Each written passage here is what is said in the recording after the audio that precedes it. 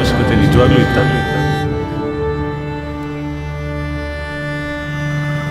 ಈ ಮನೆನ ಡೆಮಾಲಿಷ್ ಮಾಡಿ ಒಂದು ಹೋಮ್ ಸ್ಟೇ ಮಾಡಬೇಕು ಅಂದ್ಕೊಂಡಿದ್ದೀನಿ.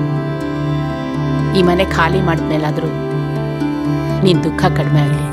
ಸುಮ್ಮನೆ ಹುಚ್ಚಂಗೆ ಏನೇನೋ ಮಾತಾಡಬೇಡ. ದುಃಖನೂ ಇಲ್ಲ, ಮಣ್ಣು ಇಲ್ಲ. ನಮ್ಮಪ್ಪ ಪ್ರತಿ ಸತಿ ಸಾಯಕ್ಕೆ ಹೋಗ್ತಾನೆ, ಬದುಕ್ತಾನೆ.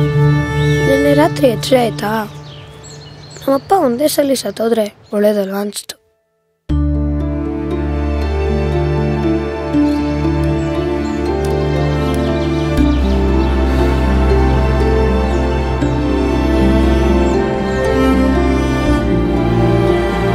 ಇವನ್ಗಂತೂ ಯಾವ್ದ್ರ ಮೇಲೂ ಅಟ್ಯಾಚ್ಮೆಂಟೇ ಇಲ್ಲ.